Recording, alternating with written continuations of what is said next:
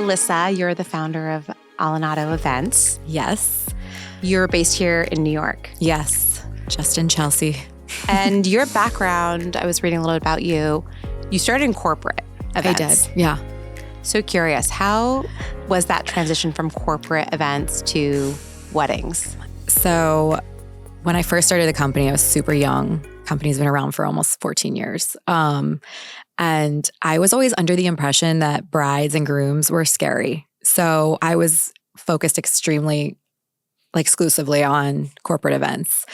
And then the corporate events, I just was like, I was a little bored, honestly. They're a little dry sometimes. I was like, I want to do weddings. I want to mix it up. What did you think was scary about working with couples? I was so young and everyone's always, that was in the era of that show Bridezilla. And when it was like, when everybody in pop culture was just talking about how brides are so intense and all this stuff. And by the way, not the case at all.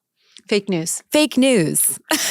It's true. I think there's a whole narrative around how as soon as someone gets engaged, all of a sudden they lose their mind and they become a nightmare to deal with. Yeah. Yeah. It actually happens further down the line. Yeah. I also find that it's less of the couples that I hear the stories about and more of the parents, the family, those surrounding the couples kind of cause the drama. It's very situational, I will say. In Manhattan, the one thing I think we need to address is that it's not the Bridezillas. It's usually not the moms or the dads. Everyone's like, they're excited. Their kid is getting married. In Manhattan, it's usually the grooms. What? You got Groomzillas? Well, because everybody here is really successful and ambitious, right? So to make it here, you have to be, on top of your stuff. A certain type of personality. Yeah. And I think I draw in clients that are very similar to me. I'm kind of type A. I'm like a lot. And I love it. Like that, all of our clients are so fun. But yeah, the grooms are a little bit more intense. They live in the numbers here. They have Excels, all that good stuff. So give me a couple examples of some Groomzilla situations. Oh my God, I'm not going to name names. But just situations. No, I get it. So honestly, everybody online is going to agree with me here. The price of florals escapes men. They're like, why? But think about it this way. Every individual flower gets touched by the florist. And it's grown, and it's cut, and then it's shipped or it's packaged. Yeah. And then it's placed out beautifully. They rub it, they do all the things. And so, they're like, oh God, it's this much money. And it's like, honey, that flower had to have many passes at the hand. And then it's, displayed beautifully. The women understand that, but I always have to talk about design and decor pricing with the men. They're like, why do we need linens? I'm like, oh, why are the chairs needing to be replaced? I'm like, And those are the things that people don't realize can add up, right? You're not thinking about, oh, my venue doesn't have cute chairs or chairs that match our aesthetic, whether we're super modern, we're going for a more vintage or chic, whatever the vibe is. Yeah. If the chairs don't match, they can really it can mess ruin. with the photos and mess with the vibe. It can ruin the entire design. And people think I'm being dramatic, but this is how I'll explain it to a man who just is I don't want to pay that for silverware or whatever. I'm like, if you got a custom car, right? Are you going to cheap out at the tires? Are you going to cheap out on the seats? You're just going to let them put factory settings in there? Probably not. Probably not. So it's the same. It's where you think you can cut that it's not going to matter in something that's so front facing. I don't advise usually. So chairs matter. Chairs matter. Linens definitely matter. Linens matter. Yeah. And yeah, I mean, the brides are usually super supportive. So we're usually just having to kind of tag team. To work through. Yeah. Yeah. I guess that's understandable. You've never rented a knife before or a chair before. You don't think it's important. No, you've never planned a wedding before. So you are I don't know, it's probably fine, but the professionals over here, we're this is 100 something deep. We're it's going to ruin the whole day. We're a little dramatic. I'm not going to lie. It's going to ruin it if you don't upgrade. It's going to ruin everything. I'm so curious because, you primarily do weddings in Manhattan and there's only a time of year where you can be outdoors in New York because weather like right now is rough. It's very hot. So rough. And then in the winter, it's very cold. Mm-hmm. But so many couples want that natural lighting, that natural kind of airy aesthetic. Yeah. Like what happens if a couple comes to you with a venue that doesn't have that like... Oh yeah, I've had that before. Sometimes people hire us after they chose the venue. I think a lot of people get confused where they're like, well, we have to set a date and let's just do the venue and then do the planner. And I'm like, oh no, abort, don't do it that way. Hire the planner first.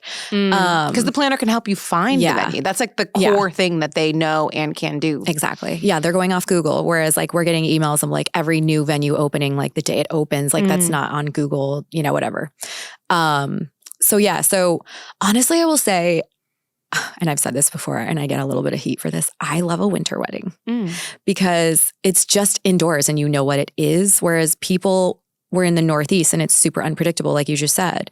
So sometimes we'll lock in a venue with an outdoor component and people really build their mind up around this outdoor component. And then it floods that day and they're like devastated. And I'm like, guys, this was always potentially in the cards. But you need that good light because like some of these ballrooms, man, that lighting is treacherous. It's hard. Yeah. So are the rugs. Yeah. So what do you do with the rugs?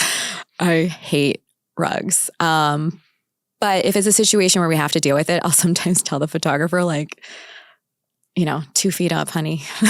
Try not to get that. But that's probably something that couples or your Excel grooms are surprised by. The cost to recarpet. Oh my God. A ballroom, which is what a lot of people do. Oh, I know. It's insane. Look, if you got the budget, let's go. That is fun.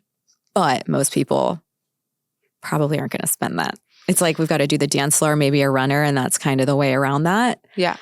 But well, if it's dark enough, if it's a nighttime situation, maybe you won't be looking at the floor. Yeah. And that's why you need those big florals to keep the attention up. Yeah. There's like, you have to dress the room that you have, right? So if we have like an indoor situation with no windows, we're going to set this like romantic, moody thing. If it's like airy and bright, we're going to lead into that. It's just like, that's why having a planner is helpful because sometimes people are like, well, I don't need a planner because I know my Pinterest board and my vendors are going to just, they're going to tell me. And it's like, without a planner, sometimes some of these vendors just are not, it's like, I don't know. They're just not, they're like, yeah, whatever you tell us to do, we're going to do. And it's like, no, you should be advising sometimes. Oh, for sure. Yeah. Oftentimes, there are so many talented florists and photographers, and oftentimes the skill set will bleed into, I actually can style a good setup as a photographer because I've just been shooting so many weddings. Or as a florist, I can help you pair, your tabletop, right? To make sure the florals really stand out. But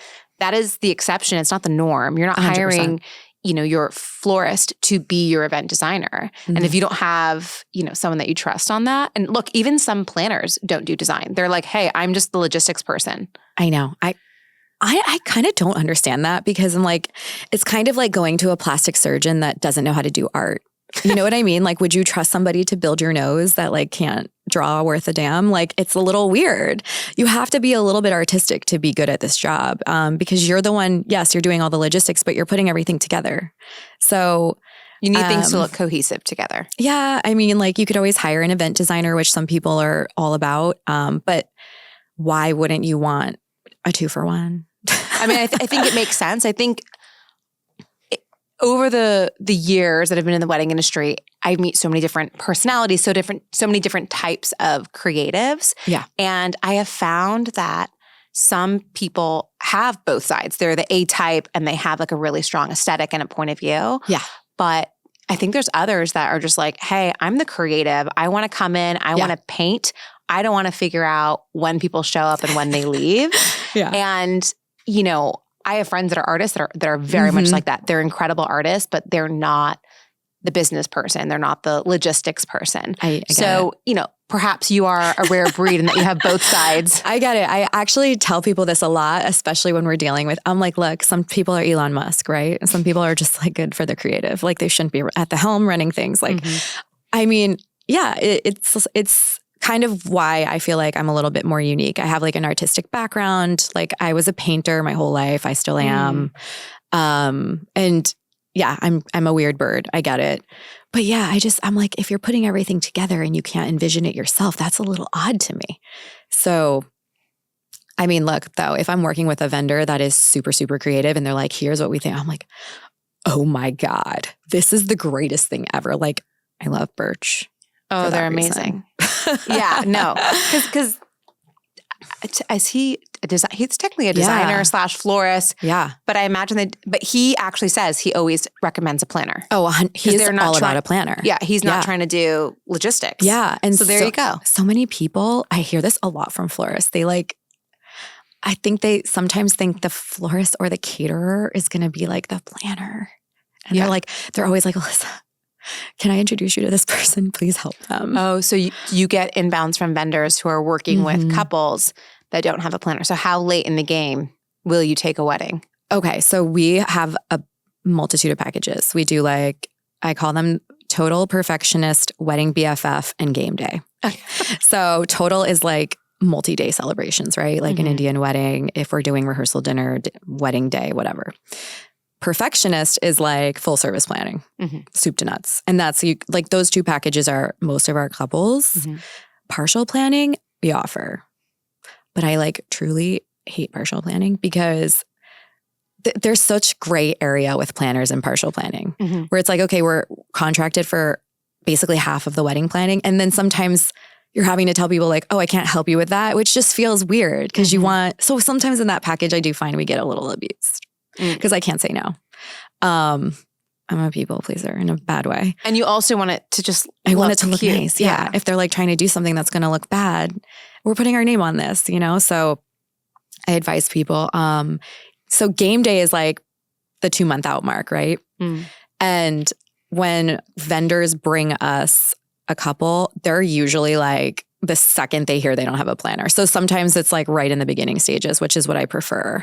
But sometimes it's hey, they need a day of planner and then we just assess the situation.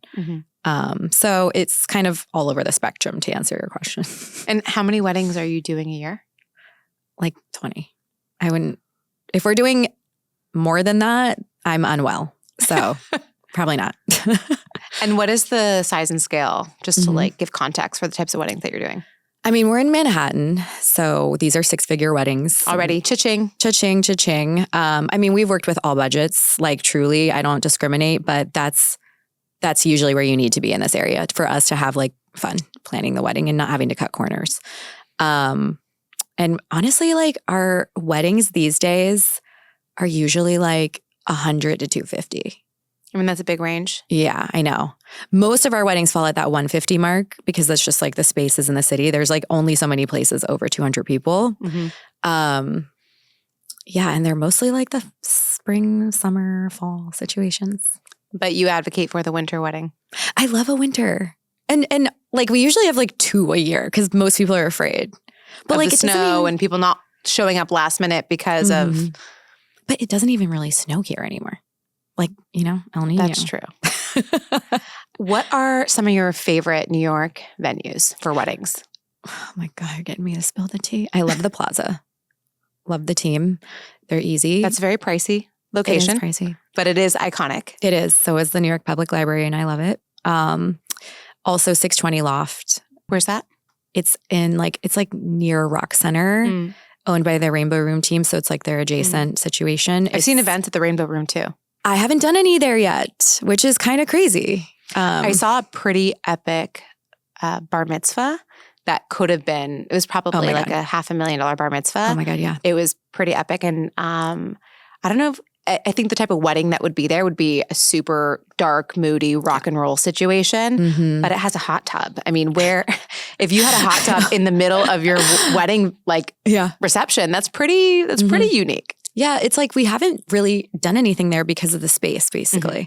So most of our, because I would say 90% of our weddings this year are 150 or under, right? So we have to think about the number, and that's a huge part of that decision. So we have a few weddings that are under 100. So 620 Loft is the most perfect setting for that. Indoor, outdoor. It's a sexy view. It's a blank space, so we can make it whatever we want. I mean, I have a soft spot for the Prospect Park Boathouse. They've just been with me since the beginning. Who else? I don't know. There's so many. I literally there's only one venue I don't mess with. You don't have to tell us what the venue is, but tell us why. What is a venue red flag that would make you not want to work? Okay. So from a planning perspective, this is again, there's only one for a reason. It's super rare this happens.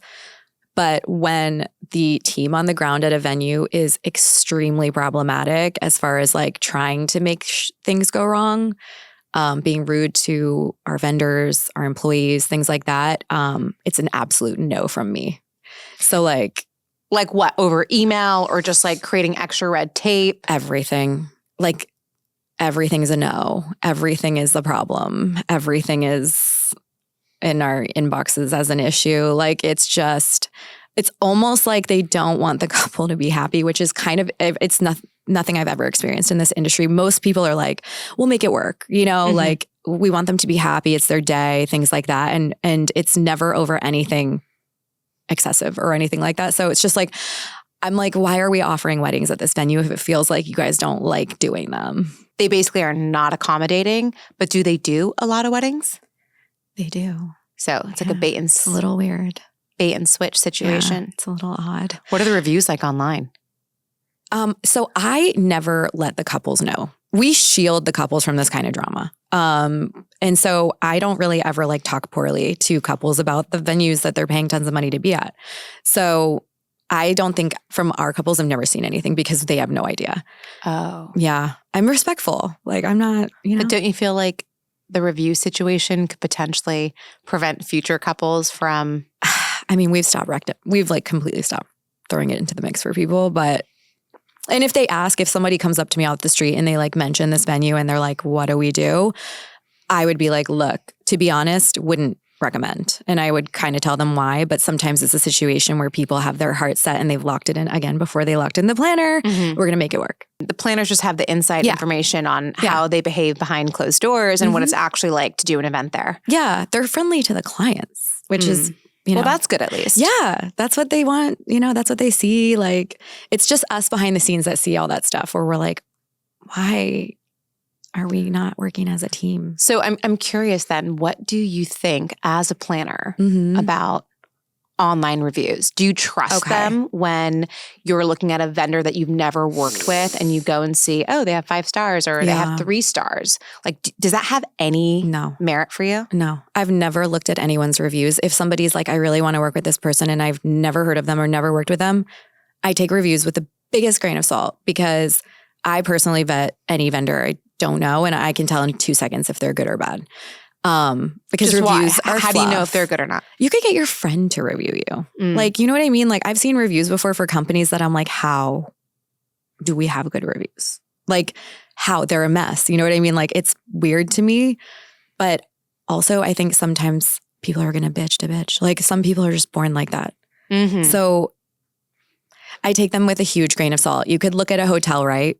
If you're thinking of going on vacation, it has 90 5-star reviews. And then there's that one person that's like, the towels were rough, 2 stars. And you're like, what is this? Like, I just don't put that much merit on them. I mean, we have good reviews. We're great. But like, you know what I mean? Anybody could post anything. Somebody could say we're terrible when their day went off without a hitch because it rained at the day of their wedding or something stupid. Like, you never know. So I'm also like, this is the problem in the industry, and I think every single vendor will agree with me. Sometimes we end up bending over backwards to do things we shouldn't have to do because we're so afraid of the bad review. Because it is a little detrimental to our business, right? And I think sometimes people really abuse you with that. And like, I've had a client say that to me before, like, if you don't do this, we're going to tell all our friends or we're going to do, and I'm like, what?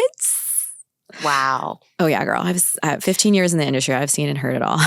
So it's almost like you should review the couple afterwards. No, you should though. It should be like Uber. Yeah. It should be like Uber where we're all reviewing each other. Like 2 out of 10. 2 out of 10, honey. Because then you can figure out like who's the problem here. Yeah. Oh my God. So that's actually a genius idea. Double-sided reviews, yes. And then you have to see what the couple's aggregate score is. Yeah. So, hey, they're at like a 3 out of 10. So that's the weight of their reviews on others. Yeah. It's like the restaurant reviews, right? Like sometimes the customer is not always right. Some people are psychotic. So like all of our couples are usually like the coolest people ever. But sometimes they become a little crazy. And they become a little, you never know what you're signing up for. Speaking of Uber reviews, I was horrified to find out I was a 4.3. Oh my God. It's really bad, right? And I was like freaking out. I'm like, how did this happen? I'm not rude. I'm not getting an Uber as drunk. Yeah. And then I found out that it's rude to take phone calls in an Uber. Oh my God, I do that all the time. I would be doing business calls in the back of Ubers all the time, especially when I was in LA, which is you're in your car or in an Uber for basically 4 hours while I'm there going from meeting to meeting. And I would be in the back on a computer with my, on a Zoom call. And I guess I talk really loud. This is according to my fiance. It's been confirmed. He's like, I can confirm. And I scored really low. And I found out because I was talking to an Uber and he was like, yeah, you're really nice for a 4 point whatever it was. And I was like, what? I was like, what does that mean? And then he revealed to me. He's like, God. Yeah, you have he said that I had like 3 like really low ones. And I was like, well, what happened? And he said, that's usually one of the main things that you get rated low on. So anyways, pro tip, do not take multiple Zoom calls in the back of an Uber. They don't like it. Oh my God. I've done that. Oh my God, that explains. Because I have like a 4.6. That's people get like triggered when they're under like 4.9. That means you're rude. I do a lot of phone calls. I was wondering about that because I'm like, I always like tip. I'm like so respectful. I say thank you. Like, oh my God, mind blown right now. Okay, so I have to like sit there and just stare out the window like a dog? I don't know what you're supposed to do, but unless you have to say, hey, I have to take a business call. Is that okay with you? I'm going to be. So now that's what I do. And I feel like my rating has now gone up. I don't know what it is right now. I have to check my score. I think, you know what? I've been conditioned by the New York City cab driver who is perpetually talking to somebody always. Yes. And I've just never thought it was rude because I'm like, well, they're doing it. And I've had Uber drivers do that too. Yeah. So we digress. I know. So I want to go back a little bit just to you and starting your business. So you've been in the industry for 14 years. Yeah. Well, 15. I started the company after a year. Okay. Okay. So I got really antsy. So 15 years in the game. When you were first starting out, right? I imagine taking a multitude of events to where you are now. How has your business changed and how have the couples that you've worked with changed? Oh my God, it was a struggle because I was so young and I started the company like, I feel like it was 100 years ago. I mean, there was no legal Zoom. Like I had to literally get a lawyer and do the articles of incorporation with a pencil. Like, I mean, it was geriatric millennial vibes. But yeah, no, I mean, when I first started, I was so young and I just thought because I was doing events for a charity and I was killing it that I was going to just fall into it. And it was going to be the easiest thing ever. And it was a struggle. Like I was almost homeless. Like getting clients was like super difficult. I had to hound people on LinkedIn. I mean, it was just a rough time. Corporate clients. Yeah. I was like taking meetings with everyone. Some people were wasting my time immensely. Like it was just a wild ride.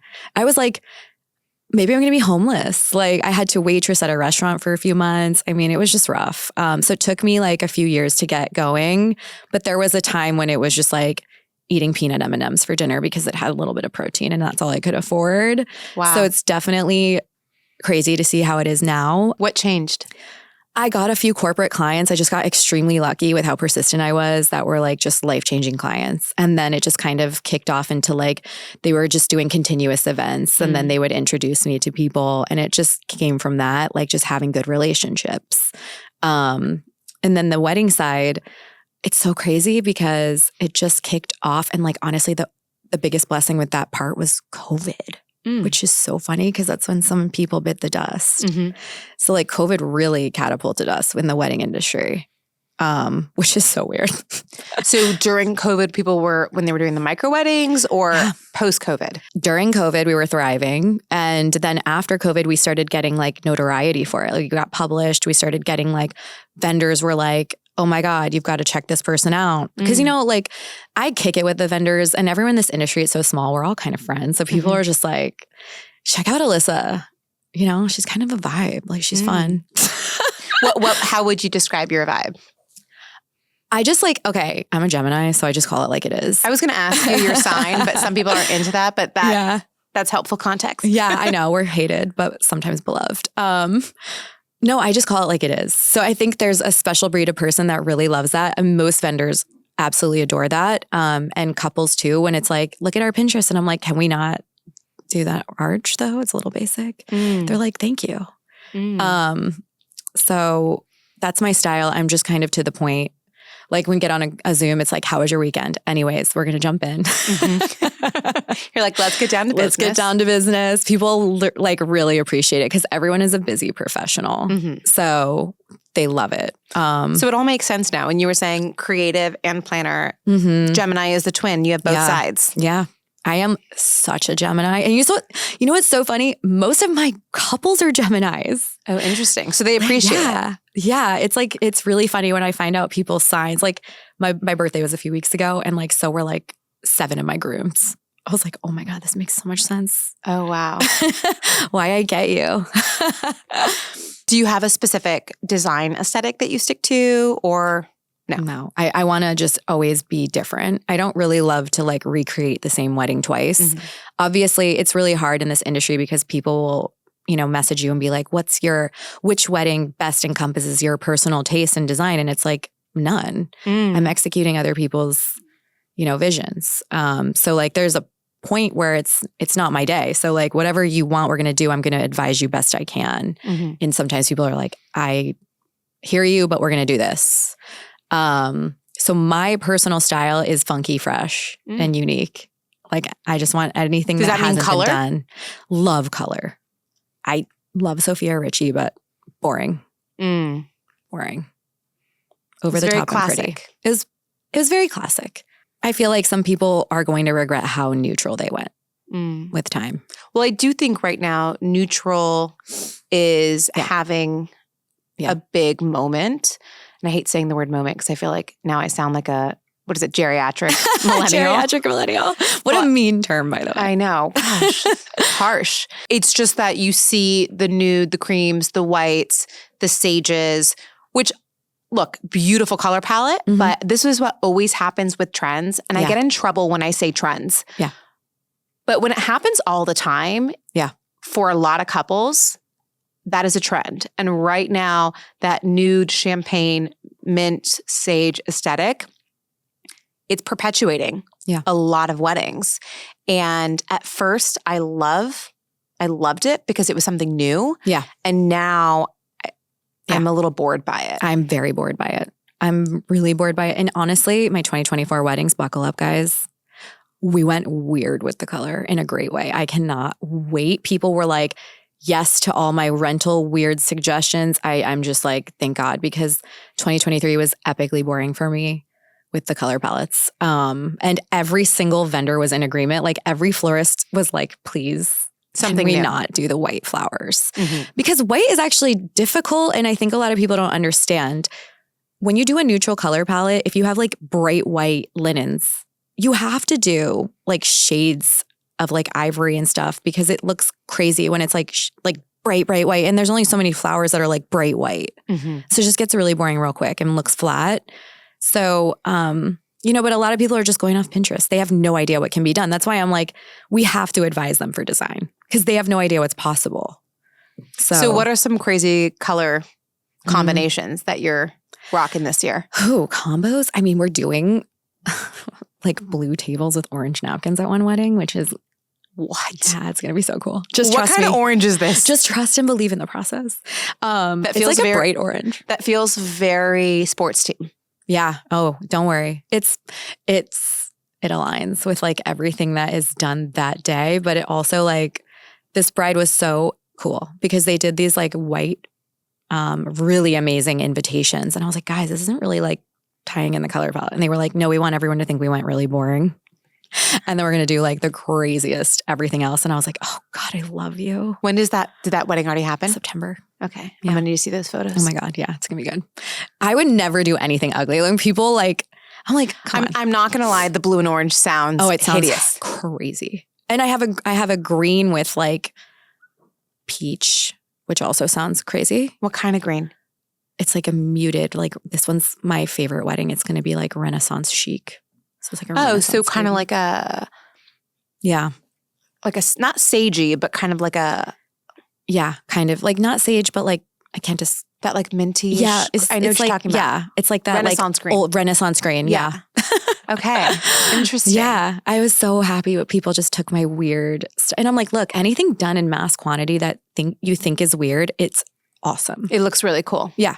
And like, there's only so many people that get that. Like Mindy Weiss gets that. Mm-hmm. Marcy Blum gets that. Mm-hmm. The weirder, the better. Mm-hmm. Well, I think it's just committing to an aesthetic or a vibe and just going all out with it. Yeah, I always say the reason why everyone, you know what? I never want anyone to leave one of our company's weddings and be like, I've been to that wedding before. We want it to be fun. We want it to flow and be like a good time, but also look like you've never seen. And I think the thing that holds people back is just fear. Like when it's like a lot of people in this industry, you know, they're not creatives for their job. So they cannot envision it. Like I will sometimes take a couple into their venue space and it's like empty and I'm like describing what we're going to do and they absolutely cannot imagine it. And I'm like, oh my God. So what do you do, a 3D render? Yeah. But it's also kind of depressing how everybody's imagination from kids to now was just absolutely destroyed by life. It's hard to envision. Yeah. Yeah. For me personally, I can, if someone describes something to me, I can visualize it in my mind. My fiance is like the opposite. Yeah. He's like, he's got to line it up to look at it. And we just have a completely different way of communicating. And it's so annoying. Men and women. Yeah, it's so annoying. She's like, come outside and look at it. And I'm like, I don't need to come outside and look at it. I can envision it in my mind. But you're totally right. I feel like a lot of people's creativity and imagination is stifled. And therefore, they look for references, whether it's on Instagram, Pinterest, TikTok, etc., to drive all of their creative decisions. Yeah. Where most of the creatives in the industry that I speak to, they never pull inspiration from other weddings. They pull it from outside the industry, whether it's fashion, interior design, architecture, traveling. And that's where they grab those interesting design ideas. I mean, and this is the problem because we curate this mood board for every couple and we make their wedding, like we try to give them visuals.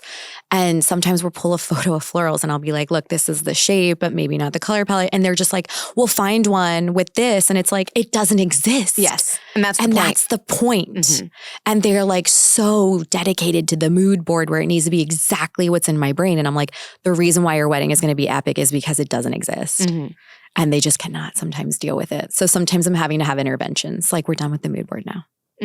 Walk away. I've just had to tell people to walk away from Instagram and Google. I'm like, put the phone down. Yeah. Just go to bed, honey. At some point, because then there's always, but I have one more idea. But I have one more idea. Yeah. Yeah. Oh my God. Sometimes people get like manic. Like sometimes I'll check my inbox on a Monday and it's like very apparent we had a manic breakdown over the weekend. I actually think it's like endearing. Because I'm like, they're so excited. But sometimes I'm like, you have to walk away from the phone, please. Exit Instagram, log out. Take a break. Take a break. Yeah, it gets a little intense. And then they'll be saying like, oh, well, this, Alex Cooper did this and this. And it's like, okay, but you're having like a ballroom wedding. And she had hers outdoors in Mexico. So like read the vibe, you know what I mean? So yeah, the venue dictates so much. And I think you made an interesting point earlier in that if you are going to hire a planner or a designer to help drive the creative vision of your event, don't book the venue until you bring on that creative. Because they're going to see something, they're going to know something, they're going to have a vision of how things can unfold or what potential problems could be. just from looking at a space. 100%. And we have the sweetest couple in 2025. They booked us and the bride was like, I really love this one space. I was like, cool, we're going to put in the mix and I'm going to show you a bunch of other ones. And they ended up still booking the one she was originally in love with, but with a better mindset of how we were going to do it and things like that. So, it doesn't mean I'm going to come in and like totally change your mind. And I still love that venue, by the way. But it means now you have a very good understanding of like how your budget's going to break out, how we're going to dress it up, all that good stuff.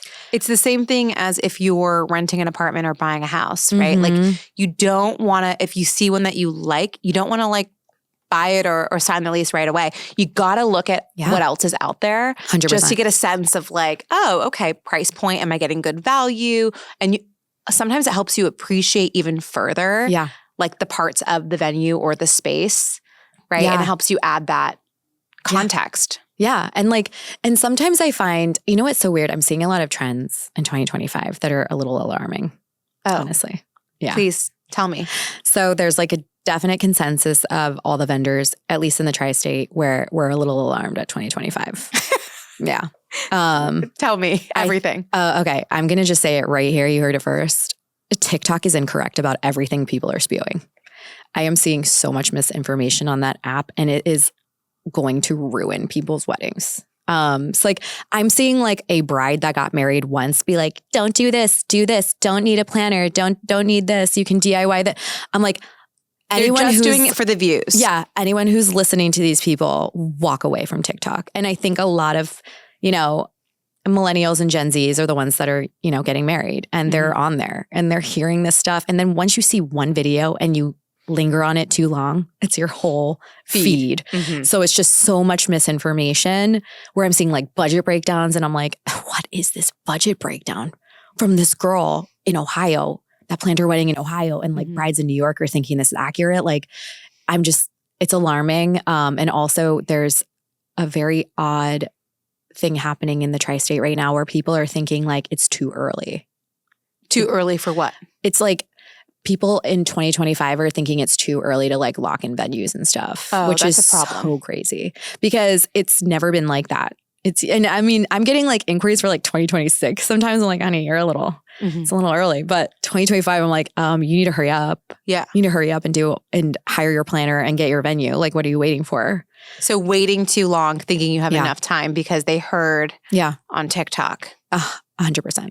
Yeah. You don't need to book your venue. Yeah. And that like you should price shop all your vendors, which is also not what you do. If you were getting, again, with the plastic surgery, but it's a good reference. If you were getting your nose done, are you going to go to the cheapest person? Or are you going to go to the person who's going to make you look the nicest and maybe save because it is a very important thing on your face everyone will see. I'm so like people are just like trying to haggle a little bit more and I'm like, it's not the vibe.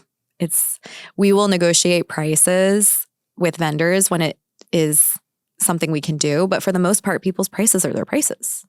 Like, It's so interesting. So I want to double click into budget breakdowns because on Loverly, we get submitted.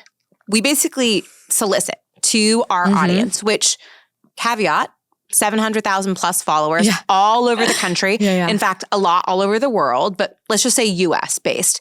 And we say, hey, submit your real bridal shower budget, your real wedding budget, your real bachelorette party weekend budget, right? And we break it down. Yeah. And we say, this is a real bride. This was what she actually spent. And we put, this is one bride, right? This is an actual budget. And when I say in the comments, people lose their minds. But it's mostly vendors that lose their minds. Because like, this is misinformation, which we caveat, this is one person's budget and look at the location and everything is specific. I think the point is, for me at least, is that like wherever you are, you can do a wedding at any budget. You can. But it's the amount of people that you have. So you might only have 40 guests versus 200 guests, right? And the one request or the call out I see is vendors being like, show me the photos, show me the receipts. Oh my God, I want to see them though. Now that, oh my God, that's so funny. Yeah, they get really angry about it. And look, we're not trying to spread misinformation. We're just trying to show them off. And now we are going to show the wedding photos because they're actually pretty and it shows, hey, this person figured it out. Yeah.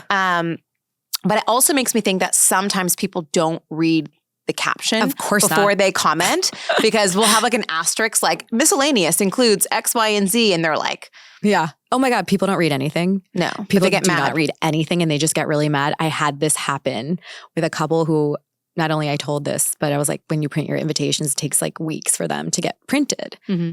Okay, whatever. They just like blew me off. It literally says it on all of the proofs for the stationery company. It takes 4 to 6 weeks. They are absolutely infuriated that it takes so long. And I'm like, it was everywhere. Yeah. Yeah. But like, yeah, no, the budget breakdown thing is funny because I always take it with a grain of salt. Like, I don't get angry when I see it, but sometimes I get like so frustrated when they name an area and say, this is how your budget should break out. Like it's never how it should break out. It's crazy. It's, hey, this is an example of what has happened. But I 100% hear you on there being this phenomenon because TikTok rewards people who create sensational content, whether or not it's real or false, right? The content you're putting out. If it gets the views, it triggers the algorithm, blah, blah, blah. And it spurs a number of things.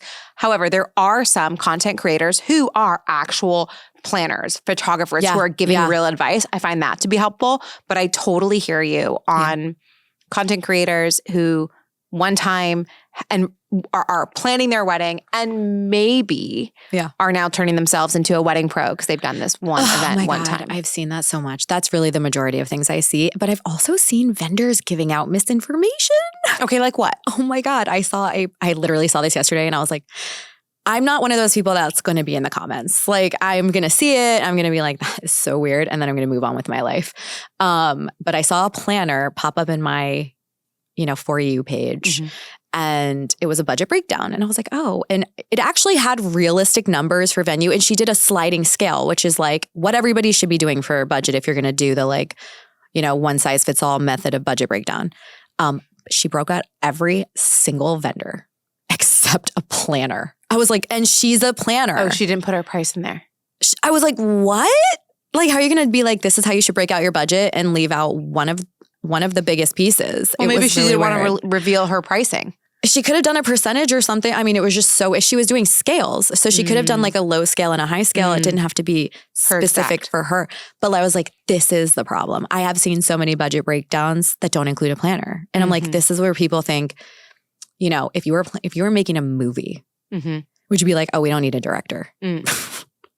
Okay, like, let me see that movie come to life. I mean, there's been 2 occasions in my entire career where somebody hired us for day of coordination, which is the game day situation.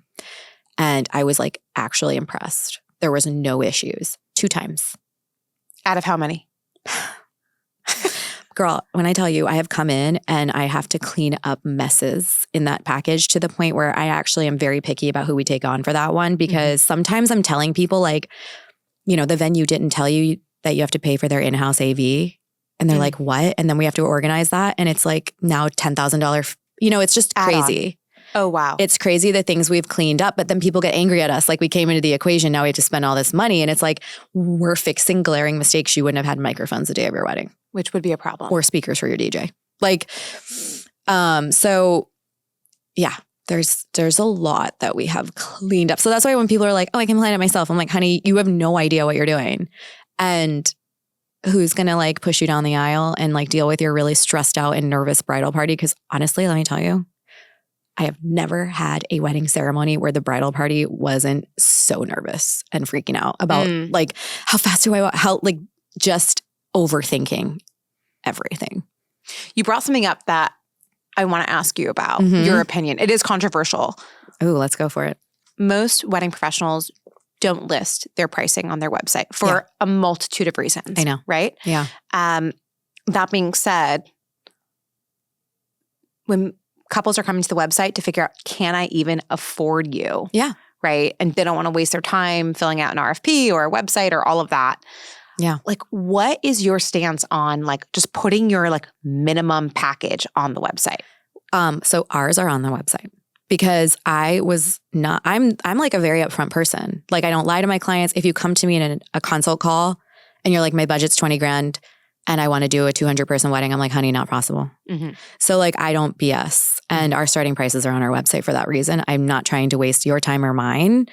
I think that everyone should do that. Mm-hmm. I also think sometimes it becomes a game with other vendors where they're like price shopping you and trying to undercut people, which is, I think, what most people are afraid of. But like, okay, undercut me. Talk to me after the wedding day, guys. Yeah. You know, like I'm not super threatened by that, but like I've seen that. I mean, there's florists out there that are like minimum spend $40,000 nowhere on the website. Like I'm sure they're getting a million contact forms filled out all the time for people that don't have $45,000 to spend on florals. Mm-hmm. Like why not? Just say it. Yeah, I think it's so important because it creates that transparency. And I hear you on, you know, the fear of someone seeing your pricing, undercutting you, but regardless, every package is customized, right? And, you know, that $40,000 minimum might be for an actual like full-blown wedding with 100 guests. But if you're having a micro wedding or a dinner party, right? Like I'm sure at least that gives you an understanding of like, they're $40,000 for a full-blown wedding. Yeah. Like, okay, that makes sense. I'm having like a little rehearsal dinner, right? Yeah. Maybe they'll be within my budget. Yeah. I mean, I like always encourage people to still reach out. Like if you think that like, hey, we really want to work with you, but like we're worried, reach out. We'll see what we can do. Sometimes I'll build like a special package for people. If I'm like very clear about what we're going to do. Like one time I did, you know, okay, we're going to help you with design and then we're going to do game day. It's very, very like, you know, we have to really have a chat and see if this is possible. Some people I wouldn't offer that for. But yeah, like I'm a reasonable human being. And I think most people in this industry are. But what I get really frustrated at is people that are like, I hear this from photographers a lot. They're like, sometimes they have their pricing on the website and it's explicit, like 10 hours of photography for like 10 grand, whatever. And they'll be like, Alyssa, I got an inquiry the other day and they said their budget was $2,000 and they were wondering if I could just lower my price for 10 hours of photography to $2,000. And that's just so rude. Like, and so sometimes you can't, like, don't be that person. You know, if you see it and it's $10,000 and your budget's $2,000, don't try to haggle. Just move on. But find someone in your budget. Yeah. If you're trying to get someone for 10 hours of photography for $2,000, you're going to have to do your own research for that one because that's going to be a small scale. And that's going to be someone who's probably very early in their career and is looking to learn and experiment, which look, that might be for you. Yeah. If you're down for an experimental situation on your wedding photography, 100%. You're rolling the dice. I'm not going to knock anything because we all started somewhere. Obviously, I'm like super grateful to the people that gave me a shot early on in my career. However, there's a reason why a lot of companies don't make it past a few years. I mean, you got to be that type of person that's like just good at your craft. And unfortunately, some people are not. So like I've heard horror stories. I mean, not from my clients, but like I read this story on the internet once that was like, we had our friend do the photos and then we refused to feed him. So he deleted all our photos on the spot. I'm like, warranted because he was working for free. Yeah. You weren't going to feed your friend. You have to feed vendors, guys, by the way. It's like in our contracts. Speaking of contracts, what do you think are some things that couples overlook in vendor contracts? I mean, the New York City couples don't overlook anything. They take a magnifying glass to that thing. I do sometimes think that they do not pay attention to timetables. So like the stationery one is a really good example. I mean, they're usually pretty explicit about that because they know, you know, that they're not in control. They're sending it to like outside parties for printing sometimes. So like timelines, I always make sure everybody really understands their payment schedules. Like you will have to write a very large check at this time. So be prepared. Move your money around accordingly. Like I've had a dad message me before and been like, when should I liquidate? I'm like, hurry up, honey. I love him, by the way. I wish he could adopt me. He's like my favorite. I actually like really enjoy working with the parents. I think they're so fun. The parents of the weddings. But have you ever come across a situation where the parents who are paying for the wedding have a little bit of a different vision than the actual couples getting married? You know what? I really haven't had that person in my mix. Yeah. One time I had a mom and daughter come at me for wedding planning, and the way that they all handled the contract for me, I actually walked away from it. You were like, not for me. I was like, this is not. going to be conducive to me or any other vendor. Like, you just got the vibe, what, that they didn't get along? It was the most insane contract situation I've ever had in my life. Like, they basically, and I don't advise this, guys, like, when you sign on to iTunes, right, you don't fight the terms with Apple. Yeah. There's sometimes you could ask a question like, you know, can we talk through this or this? But they were like trying to get me to remove entire clauses from my contract. They were like, oh, and we're going to do this for payment. And I'm like, who do you think? The contract protects our businesses. So just the way they handled that. And I was just like. So they were basically trying to redline your entire agreement. Literally get me to redo my entire contract to better suit them. And I was like, this is a no from me. So red flag if they were they lawyers? No, he worked in finance. I actually Googled him after that because I was like, I need to know if he's a lawyer. And he wasn't.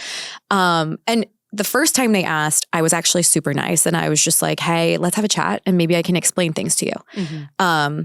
Like we have a harassment clause in our contract because sometimes drunk guests are really, you know, I've had people like touch me.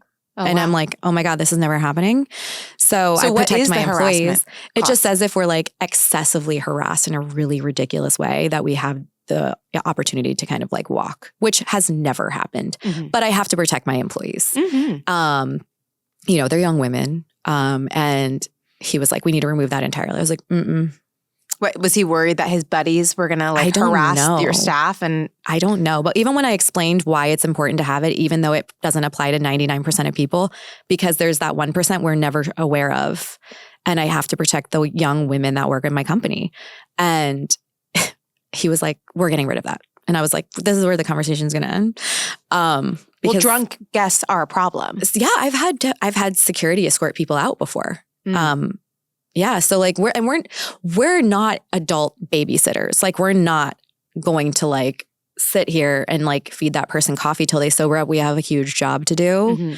So, you know. If someone's an event liability, they're getting the boot. Yeah. I mean, the venue's always kicking them out. They're not trying to put up with that.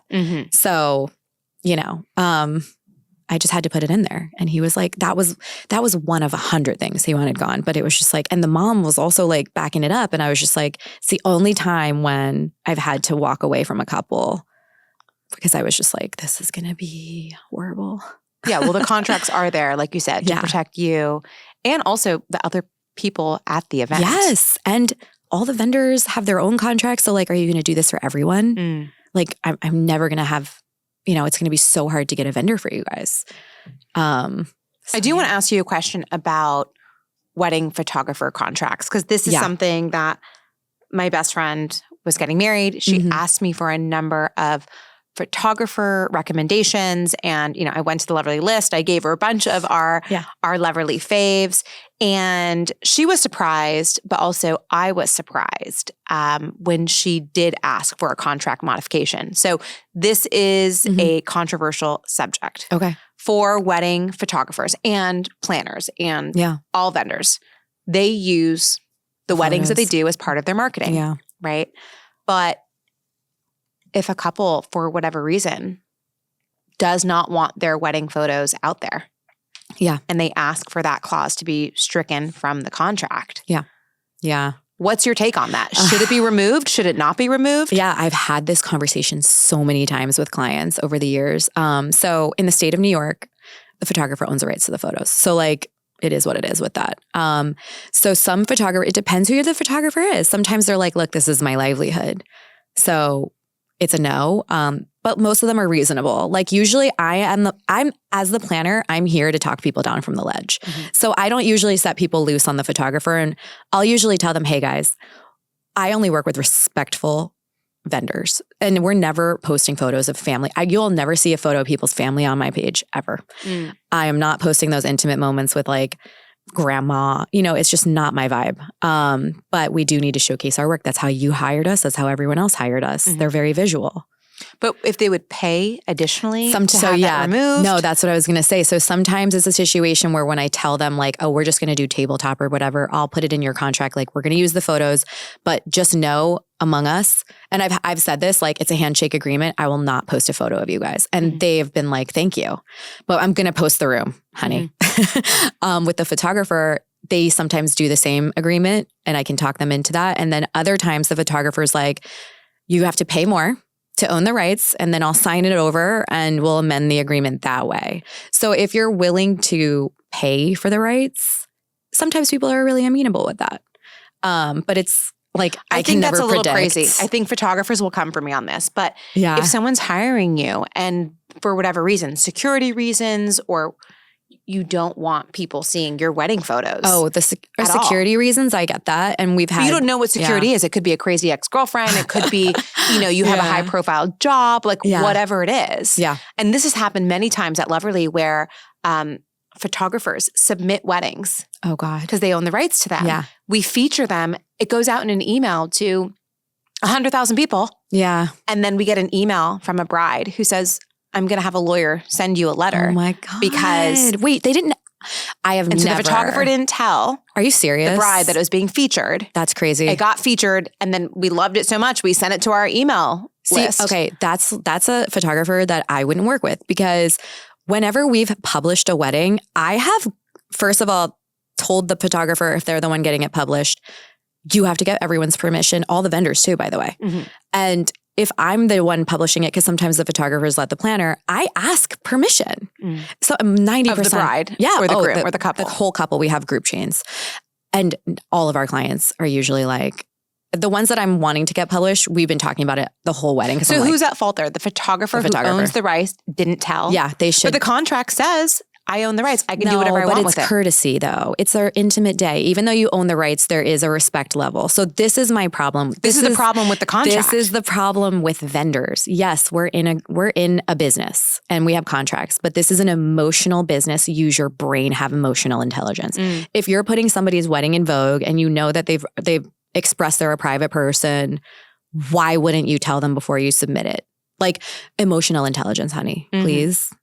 There's not a lot of that sometimes in this industry, which is so funny because we're dealing with emotional days.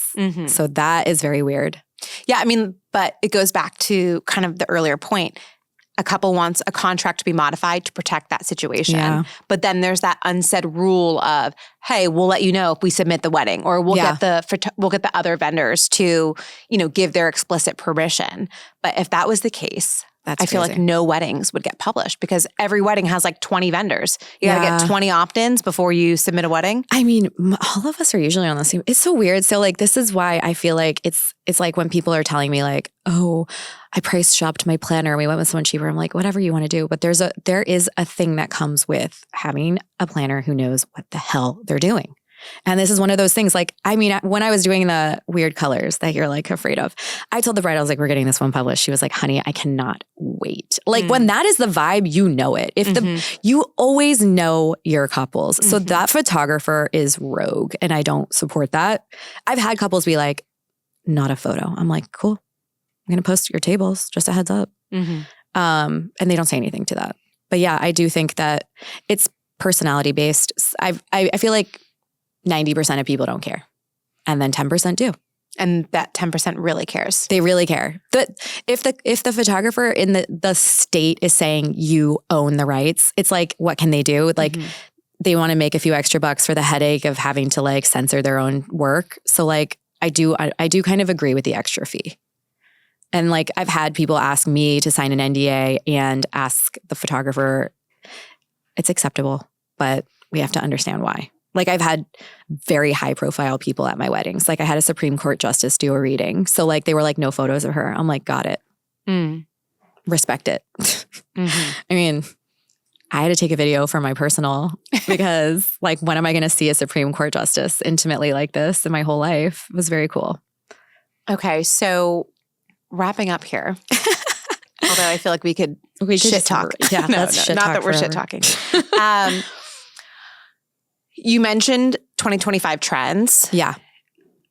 And I'm like, so again, every time I use the word trends, people get really triggered in the comments. Why? So I don't know. They're like, it's not a trend. It is a trend. But what are some things that you design-wise are excited about?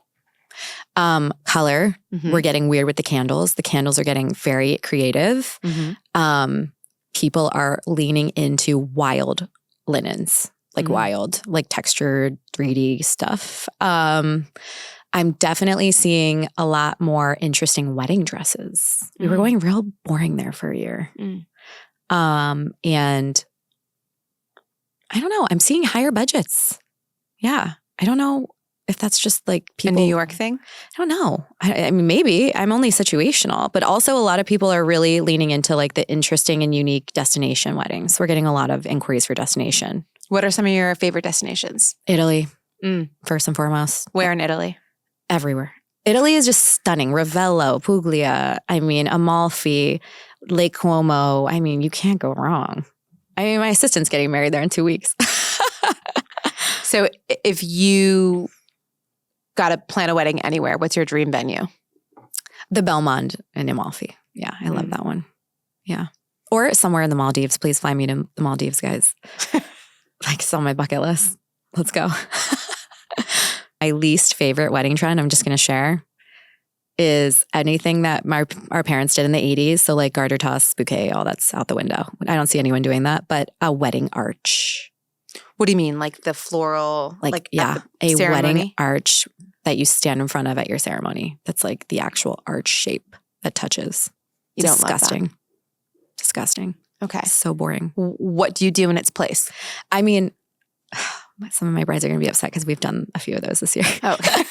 I've been pretty adamant against them, but some people want them, so we're gonna make them epic and beautiful. But personally, I think they're very boring. I'm like, let's get weird. Let's do levels of platforms. Let's, do a meadow. Let's have something coming down the wall. Like, let's get very weird.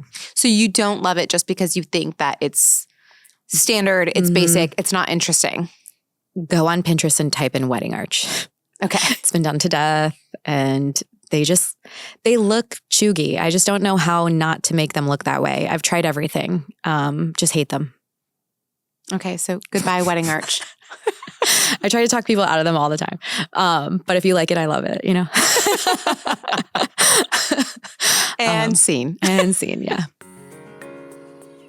This has been the Loverly Wedding Podcast. We are hosted by Kelly Khalil, produced by Shaylin Carroll, Kayla Fitzgerald, Emily Feig, and Jennifer Alvarado. Watch the podcast on YouTube by subscribing to our channel, and follow us and listen to us on Spotify, iTunes, and every major RSS feed.